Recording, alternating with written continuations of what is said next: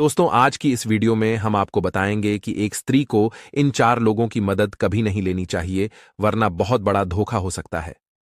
तो चलिए दोस्तों, जानते हैं इस प्रश्न का उत्तर एक छोटी सी कथा के माध्यम से।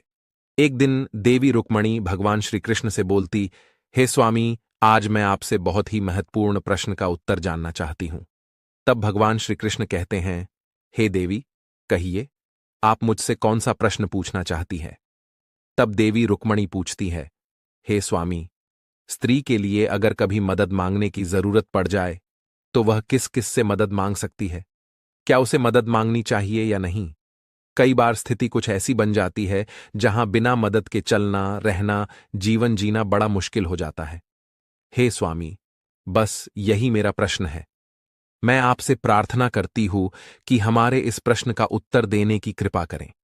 तब भगवान श्री कृष्ण कहते हैं, हे देवी, आपको आपके प्रश्न का उत्तर प्राप्त करने हेतु मेरे द्वारा सुनाई गई एक कथा को ध्यानपूर्वक सुनना होगा। तब देवी रुक्मणी बोलती हैं, हे स्वामी, मैं आपके द्वारा सुनाई गई इस कथा को ध्यानपूर्वक अवश्य सुनूंगी। तब भगवान श्री कृष्ण कहते हैं, एक समय की बात है, किसी नगर में एक बहुत ही गरीब व्यक्ति अपनी पत्नी के साथ में रहता था। उसका नाम रमण था। वह छोटा मोटा व्यापार करके अपने परिवार की गुजर करता था। उसके घर में किसी न किसी बात की समस्या बनी रहती थी। रमण की पत्नी बहुत ही बुद्धिमान स्त्री थी और सुंदर भी थी। पैसों की तंगी से दुखों को झेलते झेलते बहुत दिन व्यतीत हो चुके थे। एक दिन रमण की पत्नी अपने पति से कहती है, हे स्वामी, इस धंधे से इस नगर में काम चलने वाला नहीं है। इस तरह से अब आगे का गुजारा नहीं हो पाएगा। आप किसी बड़े शहर में चले जाओ और कोई छोटा मोटा काम शुरू कर लेना, ताकि हमारा जीवन सही से कट सके। रमण अपनी पत्नी की हर बात को मानता था, क्योंकि उसकी पत्नी बहुत ही बुद्धिमान स्त्री थी। उसने अपनी पत्नी से कहा, प्रिय, तुम ठीक कहती हो। मैं कल ही शहर में जाता हूं और वहीं अपना कोई काम शुरू करूंगा। प्रभु की अगर कृपा रही तो हमारे दिन अच्छे आ जाएंगे। रमण पत्नी से कहने के बाद में वह अपने एक मित्र के पास में जाता है। उसका एक बहुत ही घनिष्ठ मित्र था। उसके पास में जाता है और कहता है कि मित्र, कल हम शहर में दूर व्यापार करने के लिए जा रहे हैं और अपनी पत्नी की जिम्मेदारी तुम्हें सौंप करके जा रहा हूं। तुम मेरी पत्नी का ध्यान रखना, किसी तरह की कोई परेशानी ना आने पाए। वैसे तो जरूरत की सारी वस्तुएं घर में रख दी हैं, सबकी व्यवस्था कर दी है, खाने पीने की बहुत सी सारी चीजें घर में मौजूद है। फिर भी अगर घर पर कोई किसी बात की कमी मालूम पड़े तो तुम मेरी पत्नी की मदद कर देना, और जब मैं वापस लौट कर आऊं तो तुम्हारा जितना भी खर्चा होगा वह सब चुका दूंगा। तो वह कहने लगा, मित्र, मैं अपनी पत्नी की जिम्मेदारी तुम्हें सौंप कर जा रहा हूं, उसकी देखभाल करते रहना। अकेली स्त्री तो अकेली ही होती है, इसलिए मेरी पत्नी का विशेष ध्यान रखना। रमण जैसे ही अपने मित्र से ये बातें कहता है तो उसका मित्र कहता है, अरे मित्र, तुम चिंता क्यों करते हो? आपकी पत्नी हमारी भाभी है। हमारे होते हुए अगर उसे कोई तकलीफ हुई तब तो हमारा होना व्यर्थ है। तुम किसी बात की चिंता मत करो और निश्चिंत होकर परदेश जाओ। मैं अच्छी तरह से आपकी पत्नी की देखभाल करता रहूंगा। किसी तरह की आपकी पत्नी को परेशानी नहीं होने दूंगा। आप निश्चिंत होकर अपना व्यापार कीजिए। तब रमण कहता है, हे मित्र, मुझे तुमसे यही उम्मीद थी। मैं जानता था कि तुम अपनी मित्रता को सही तरीके से निभाओगे। इतना कहने के बाद वह गरीब आदमी अपनी पत्नी के पास आता है और अपनी पत्नी को समझाता है कि अगर आपको किसी तरह की कोई परेशानी मालूम पड़े तो मैंने अपने मित्र से कह दिया है, अपनी मदद के लिए तुम उसे बुला लेना। तुम्हें किसी तरह की कोई दिक्कत नहीं होगी। रात होती है तो रमण अपनी पत्नी के साथ सो जाता है, और जब सवेरा होता है तो दिनचर्या से निवृत्त होकर के अपनी पत्नी से कहता है, अब मेरे लिए कुछ खाने पीने की वस्तु तैयार कर दो, ताकि रास्ते में हमें भूख लगे तो मैं खा सकूं। उसकी पत्नी भोजन तैयार करती है और अपने पति को भोजन कराती है। कुछ भोजन उसके साथ बांधकर रख देती है। अपनी पत्नी से आज्ञा लेने के बाद वह गरीब आदमी नौकरी करने के लिए शहर के लिए चला जाता है। रमण का जो घनिष्ठ मित्र था, जिसे वह अपनी पत्नी की जिम्मेदारी सौंप कर गया था, उसका वह मित्र रमण के घर आने जाने लगा और अपने मित्र की पत्नी को हर तरह से सांत्वना देने लगा कि भाभी, आप चिंता मत करना। रमण मेरा सच्चा दोस्त है और मैं आपको किसी तरह की कोई परेशानी नहीं होने दूंगा।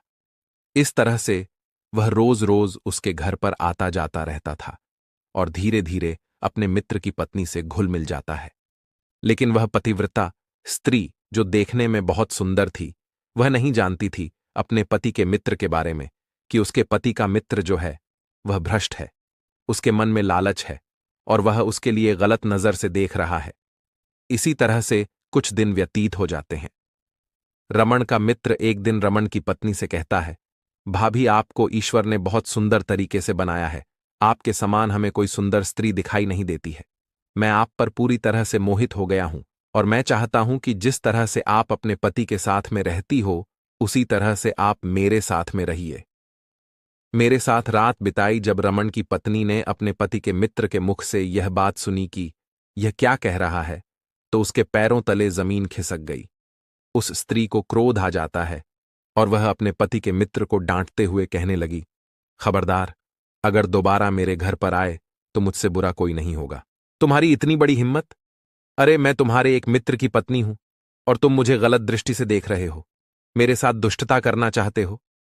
अगर दोबारा मेरे घर पर आए तो यह तुम्हारे लिए अच्छा नहीं होगा। रमण का मित्र कहने लगा, यदि तुम मेरे बात को नहीं मानोगी और जैसा मैं कहता हूं वैसा नहीं करोगी तो मैं तुम्हें पूरे नगर में बदनाम करवा दूंगा।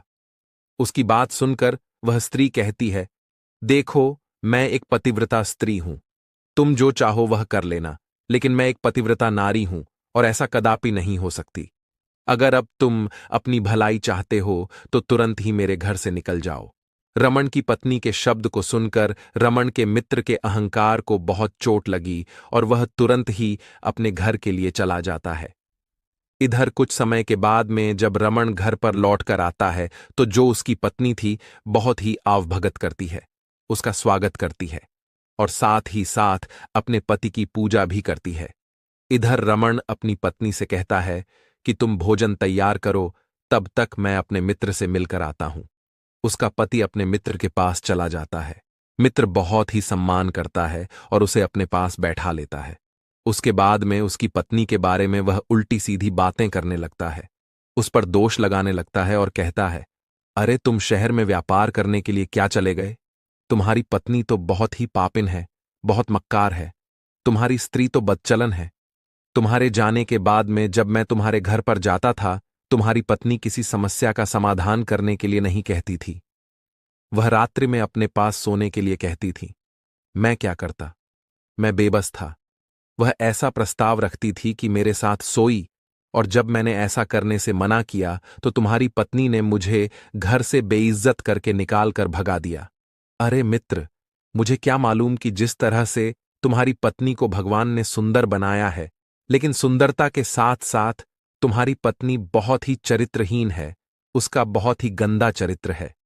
अपनी पत्नी के लिए दोष लगाते हुए जब वह अपने मित्र के शब्दों को सुनता है तो रमण को बहुत ही क्रोध आ जाता है।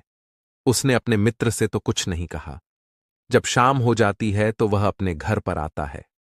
पत्नी जो थी भोजन लेकर के आती है, लेकिन वह भोजन तो कर लेता है, अपनी पत्नी से ठीक से बात नहीं करता है और भोजन करने के बाद में अपने बिस्तर पर सोने के लिए चला जाता है। उसकी पत्नी जो थी बहुत ही बुद्धिमान स्त्री थी। वह सारी बात समझ जाती है कि जरूर उसके मित्र ने मेरे बारे में कुछ उल्टा सुल्टा कहा होगा, लेकिन उसने पूछा नहीं कि तुम्हारे मित्र ने हमारे बारे में क्या कहा। वह भी जाकर के अपने बिस्तर पर अपने पति के पैर दबाते दबाते सो जाती है। इस तरह से अगला दिन हुआ। उस दिन भी उसके पति ने सही तरह से बात भी नहीं की, अब तो उससे बोलना भी बंद कर दिया। उस स्त्री ने अपने पति पर यह दबाव नहीं डाला कि आप हमसे बात क्यों नहीं करते हो, लेकिन वह अपने पति की सेवा करती रही। एक रात की बात है, रमण की पत्नी ने पूछा कि आप आजकल बहुत बदले बदले नजर आ रहे हो। आजकल आप ठीक तरह से बात भी नहीं करते हो, इतने दिन हो गए, क्या बात है? तब रमण अपनी पत्नी की बात सुनकर इतना गुस्से में आ गया कि उसने डंडा उठाया और अपनी पत्नी को पीटना शुरू कर दिया और पीटते पीटते उसे बेहोश कर दिया। पत्नी जब बेहोश हो गई तो उसने समझा कि यह मर गई, लेकिन वह मरी नहीं थी। कुछ समय के बाद में जब उसे होश आता है तो वह कराहती हुई उठती है और उस भयानक अंधेरी रात में घर से निकलकर चल देती है। आंखों से आंसुओं की धारा बह रही थी। कराहती हुई वह नगर से बाहर गई। नगर से बाहर एक मंदिर था और उसी मंदिर में जाकर मूर्ति के सामने बैठ जाती है और दुर्गा मां के सामने रोने लगती है। कहने लगी, हे माता, मेरे कौन से कर्मों की सजा है, मेरा कौन सा पाप है जो बिना किए पर मुझे पापी बनाया जा रहा है। आज मेरे पति ने मुझे इतना मारा, उन्होंने तो यही सोचकर मारा था कि आज वह मुझे जान से ही खत्म कर देगा, लेकिन मैं आज बच गई। मेरे कौन से कर्मों की सजा मिल रही है। इस तरह से मंदिर में बैठकर वह रोती रही और देवी मां से कहती रही। उसी रात में उतने ही समय एक सज्जन व्यक्ति जो एक सेठ था, अपने नौकर के साथ उसी रास्ते से गुजर रहा था। जब उसके कान में किसी स्त्री के कराहने की आवाज पहुंचती है तो उसने अपने नौकर से कहा कि जाओ मंदिर में देख कर आओ, कौन कर रहा है, कोई मुसीबत में मालूम पड़ता है। तो नौकर भाग करके जाता है, देखता है कि एक स्त्री मंदिर में बैठी हुई रो रही है। वह आकर के सेठ जी से कहता है कि कोई स्त्री रो रही है और वह बहुत परेशानी में लग रही है। तब सेठ मंदिर में जाता है और उस महिला से कहता है कि आप चिंता मत कीजिए, आपका ऐसा हाल किसने किया है। सेठ कहता है कि आपकी हालत तो कुछ ठीक नहीं है, आपको अभी इलाज की जरूरत है, अगर आपको इलाज नहीं मिला तो आप मर सकती हैं। इसलिए आपके बारे में जो भी मुझे जानना है वह मैं बाद में पूछ लूंगा, पहले आपका इलाज बहुत ही आवश्यक है। वह सज्जन व्यक्ति जो सेठ था उस स्त्री को ले जाता है और उसका इलाज करवाता है।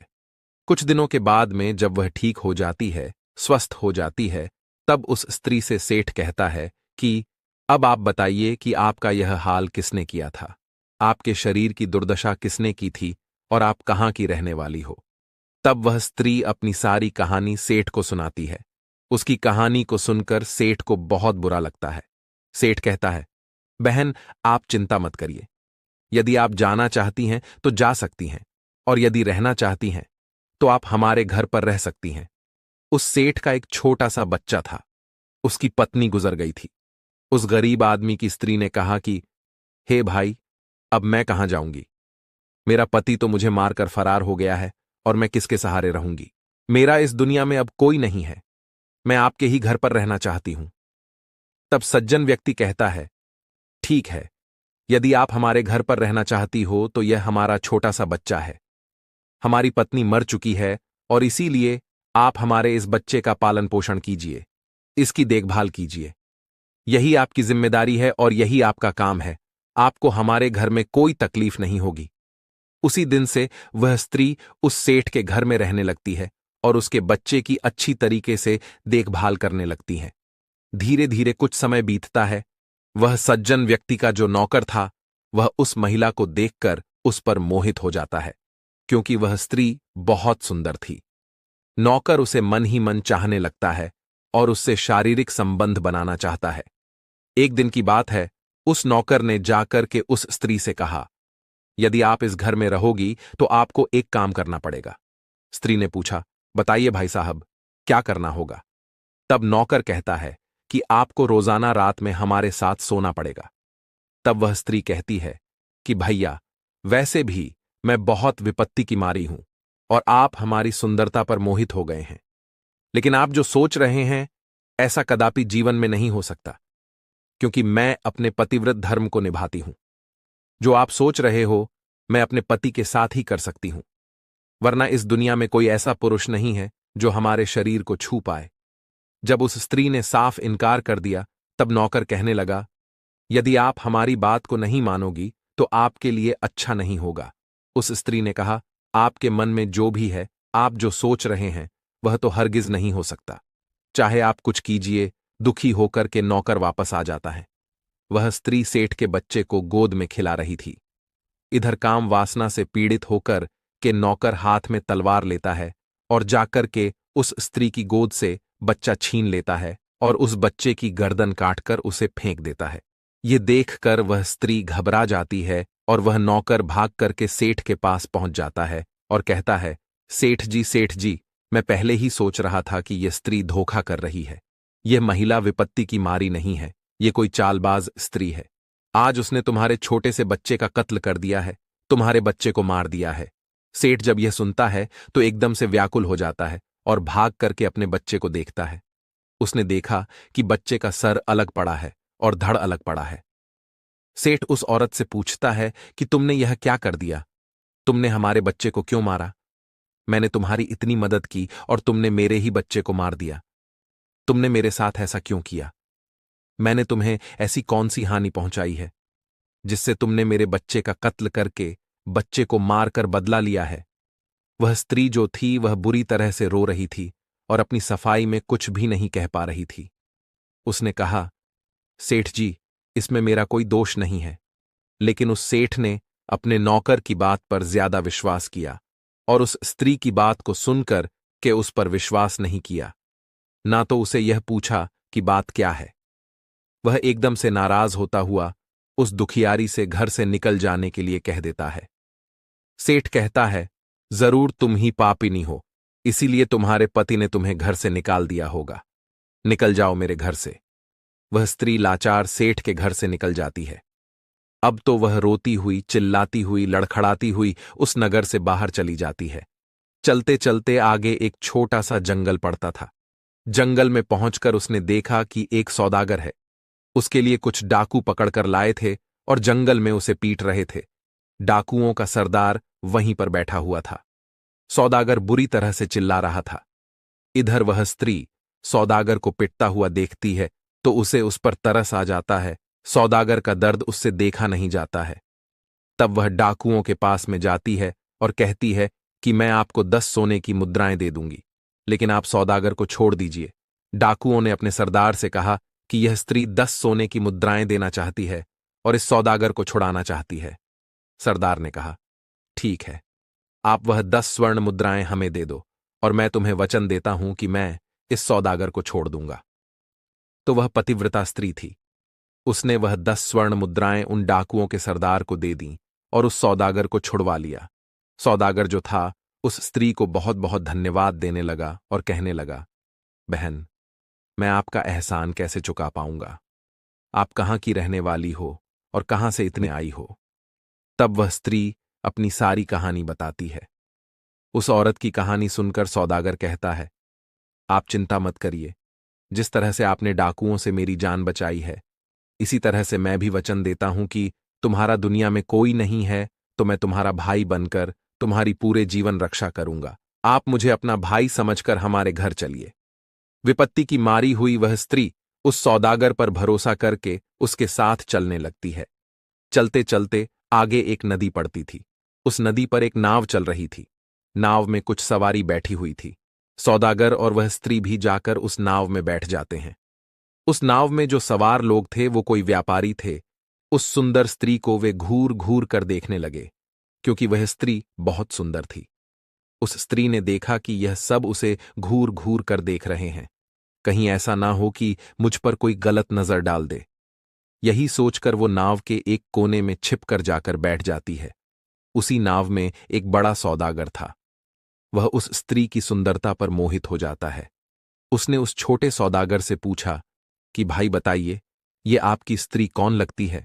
तब सौदागर कहता है, भाई साहब, यह स्त्री हमारी प्रेमिका है। बड़ा सौदागर कहने लगा, आप इसको बेचना चाहेंगे?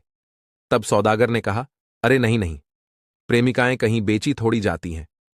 तब बड़े सौदागर ने अपनी झोली से 50 स्वर्ण मुद्राएं निकाली और 50 सोने की मुद्राएं निकालकर उसे दिखाते हुए कहता है, यदि आप अपनी प्रेमिका को हमें दे दोगे तो यह 50 स्वर्ण मुद्राएं मैं आपको दे दूंगा। छोटा सौदागर जो था उसने भाई बनकर के उस स्त्री के लिए वचन दिया था कि मैं तुम्हारी रक्षा करूंगा, लेकिन वो लोभ में फंस जाता है और लालच में आकर वह बड़े सौदागर को अपनी प्रेमिका बता देता है। उसने कहा, ठीक है, लाइए, ये 50 सोने की मुद्राएं मुझे दे दो। मैं यहां से चला जाता हूं और हमारी प्रेमिका को तुम ले जाओ। बड़ा सौदागर उस छोटे सौदागर को सोने की 50 मुद्राएं दे देता है और उन मुद्राओं को लेकर के वो सौदागर तुरंत ही वहां से चुपचाप नाव से उतरकर चला जाता है। इधर कुछ देर के बाद में नाविक नाव छोड़ देता है। नाव जब चलने लगती है तो बड़ा सौदागर जो था वह उस स्त्री के पास में जाता है और कहता है कि चलिए, अब आप हमारे साथ चलिए। अब तो तुम अब हमारी गुलाम हो, हमारी स्त्री बनकर रहोगी। तब वह स्त्री कहती है कि भाई साहब, मैं आपकी गुलाम कैसे हो सकती हूं और आपके साथ कैसे चल सकती हूं? तब उस बड़े सौदागर ने कहा कि तुम्हारा जो प्रेमी था, जो तुम्हारे साथ आया था, वह 50 मुद्राओं में तुमको बेच गया है। वह स्त्री बोली, मेरा तो कोई प्रेम ही नहीं था। तब वह बड़ा सौदागर कहता है, तो वो सौदागर कौन था? तब वो स्त्री कहती है, वो तो मेरा भाई लगता था, जिसने हमारी रक्षा करने के लिए मुझे वचन दिया था, जिसकी मैंने डाकुओं से जान बचाई थी। बड़ा सौदागर कहने लगा, नहीं नहीं, वो तेरा भाई नहीं हो सकता, वो तो तेरा प्रेमी था। उसने कहा भी था कि तू उसकी प्रेमिका है, और इसीलिए वो 50 स्वर्ण मुद्राएं हमसे ले गया है, और वो नाव से उतर कर चला गया है और तुझे हमारे लिए बेच गया है। आज से तू मेरी गुलाम है। स्त्री कहने लगी, नहीं नहीं, ऐसा नहीं हो सकता, तुम झूठ बोलते हो। तब वो बड़ा सौदागर कहता है, अगर तुझे विश्वास नहीं है तो तू इस नाव में जितने भी लोग सवार हैं उनसे पूछ ले। तब सब लोगों ने कह दिया कि यह बड़ा सौदागर ठीक कहता है। तेरे उस प्रेमी ने हमारे सामने इससे 50 स्वर्ण मुद्राएं ली थीं और तुझे बेच दिया है। ये सुनकर के उस पतिव्रता स्त्री के पैरों तले जमीन खिसक जाती है। उसने फिर ईश्वर का ध्यान लगाया और कहने लगी, हे प्रभु, अब तेरे सिवा मेरे धर्म की रक्षा करने वाला इस दुनिया में कोई नहीं है। मैं कहां तक अपने धर्म की रक्षा करूं? जहां भी जाती हूं, सब हमारी सुंदरता को देखकर मेरी इज्जत को लूटने के लिए तैयार हो जाते हैं। चारों तरफ इस शरीर को नोचने के लिए भूखे भेड़िए बैठे हैं। मेरे पतिव्रता धर्म को भंग करने के लिए उतावले हो रहे हैं। हे प्रभु, आज हमें इन दरिंदे से बचा लीजिए। तुम्हारे सिवाय हमें कोई नहीं बचा सकता, और नहीं तो आज मेरा पतिव्रता धर्म नष्ट हो जाएगा। उस पतिव्रता ने भगवान से विनती की, प्रभु हमारी लाज बचा लो। उस दुखियारी की दुख भरी आवाज भगवान ने भी सुन ली। तभी ऐसा क्या होता है कि एक ऐसी पानी की लहर आती है। उस पानी की लहर में वो नाव पलट जाती है। नाव जब पलट गई तो सारे लोग डूबने लगते हैं। संयोग की बात तो यह थी कि उस समय एक राजा बाहर घूमने के लिए आया था। शिकार खेलने के लिए वो नदी के किनारे टहल रहा था। उसने नाव को पलटते हुए देख लिया तो उसने अपने सैनिकों को आदेश दिया कि जाओ, यह नाव पलट गई है और इसमें जो डूबने वाले लोग हैं तुम उनकी रक्षा करो। सैनिक उसी समय जल में कूद जाते हैं। पानी में डूबने वाले अनेक लोग थे। उनमें से कोई भी राजा के सिपाहियों के हाथ नहीं लगा। केवल वो स्त्री उन्हें मिल जाती है। वे उस स्त्री को निकालकर बाहर ले आते हैं। राजा उस स्त्री को लेकर अपने घर चला जाता है और उससे पूछता है कि आप कौन हो और इस नाव में कैसे आई? आप बहुत दुखी मालूम पड़ती हो, कृपया अपना दुख मुझे साफ साफ बताइए। तब वो स्त्री राजा को अपनी पूरी कहानी सुनाती है और कहती है कि इस तरीके से हमें एक सौदागर ने खरीद लिया था और वो मेरी इज्जत के साथ खेलने वाला था। मैंने भगवान से बहुत प्रार्थना की कि हे ईश्वर, मेरे धर्म की रक्षा करो। ईश्वर ने हमारी पुकार सुन ली। भगवान की मेहरबानी से वो नाव बीच मझधार में पलट गई और उसमें बैठे हुए सभी यात्री जल में डूब गए। कोई नहीं बचा, केवल मैं ही आपको जीवित मिल गई। उस राजा ने जब उस महिला की दुख भरी दास्तान सुनी तो उस राजा ने कहा, ठीक है, आप चिंता मत करिए। आज के बाद आप हमारे यहां प्रेम से रहिए।